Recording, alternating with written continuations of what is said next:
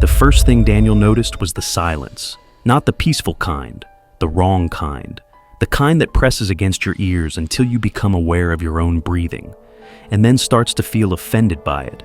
The house at 118 Hollow Lane had been empty for 13 years. No electricity, no water, no owners. Yet when Daniel stepped inside, the air felt occupied, as if something had been waiting, and was mildly annoyed by the delay. He told himself it was nerves. Urban exploration had always done that. Abandoned places played tricks on the mind. That's what he believed as he shut the door behind him. The door locked. Daniel froze. He hadn't touched the lock. A soft click echoed through the hallway, precise and deliberate, followed by something worse. Footsteps upstairs, one step, then another, slow, measured, as if whoever or whatever was up there had been listening for him to arrive. Daniel didn't move. He didn't breathe. He waited for the footsteps to stop. They didn't. They paced back and forth directly above him, matching the size of the hallway below, matching his position. Then the pacing stopped. Something dragged across the floor upstairs, heavy, intentional. And then came a sound that didn't belong in an empty house. A whisper, not words, just breath. Close to the floor, as if the house itself were exhaling. Daniel backed away and reached for the door. It didn't open, the handle turned freely, useless, while the whisper grew louder behind him. He turned. The hallway was longer now. That was impossible. He'd measured it with his eyes when he entered. 6 doors, narrow walls. Yet now the corridor stretched far beyond where it should have ended, swallowed in shadow.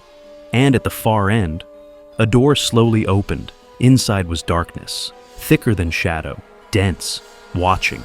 Daniel stepped back again, and the floor creaked under his weight. Every door along the hallway creaked in response. All 6 doors opened at once. From each room came a sound, breathing, crying, scratching, something wet being pulled across wood.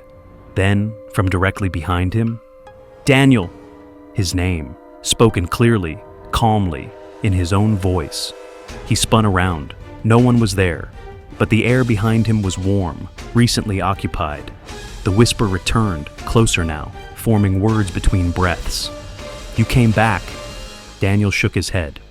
"I've never been here." The house disagreed. The walls groaned, settling like joints popping after a long rest. The floor vibrated gently beneath his feet, not violently, almost reassuring. Memories flooded his mind that weren't his. A child standing at the top of the stairs, hands pressed over ears. A voice calling from the basement. His voice. The house wasn't abandoned. It was remembering. Daniel ran. The hallway twisted as he moved, doors slamming shut ahead of him, opening behind him. The house guided him, not randomly, but deliberately, toward the staircase. Upstairs.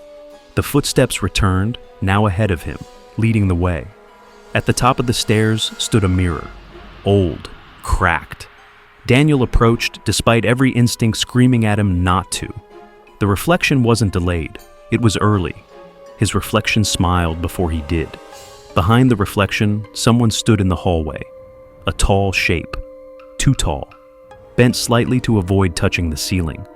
Its face was hidden, but Daniel knew without seeing it. That thing had been waiting since the day he left. The reflection raised a hand. The real Daniel didn't. The mirror cracked down the center.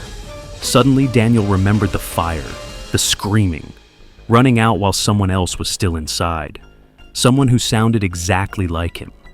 The house shuddered, walls blackened, paint peeled back to charred wood. The air filled with smoke that wasn't smoke, cold and heavy, sinking into his lungs. "You promised," the whisper said. "You said you'd come back."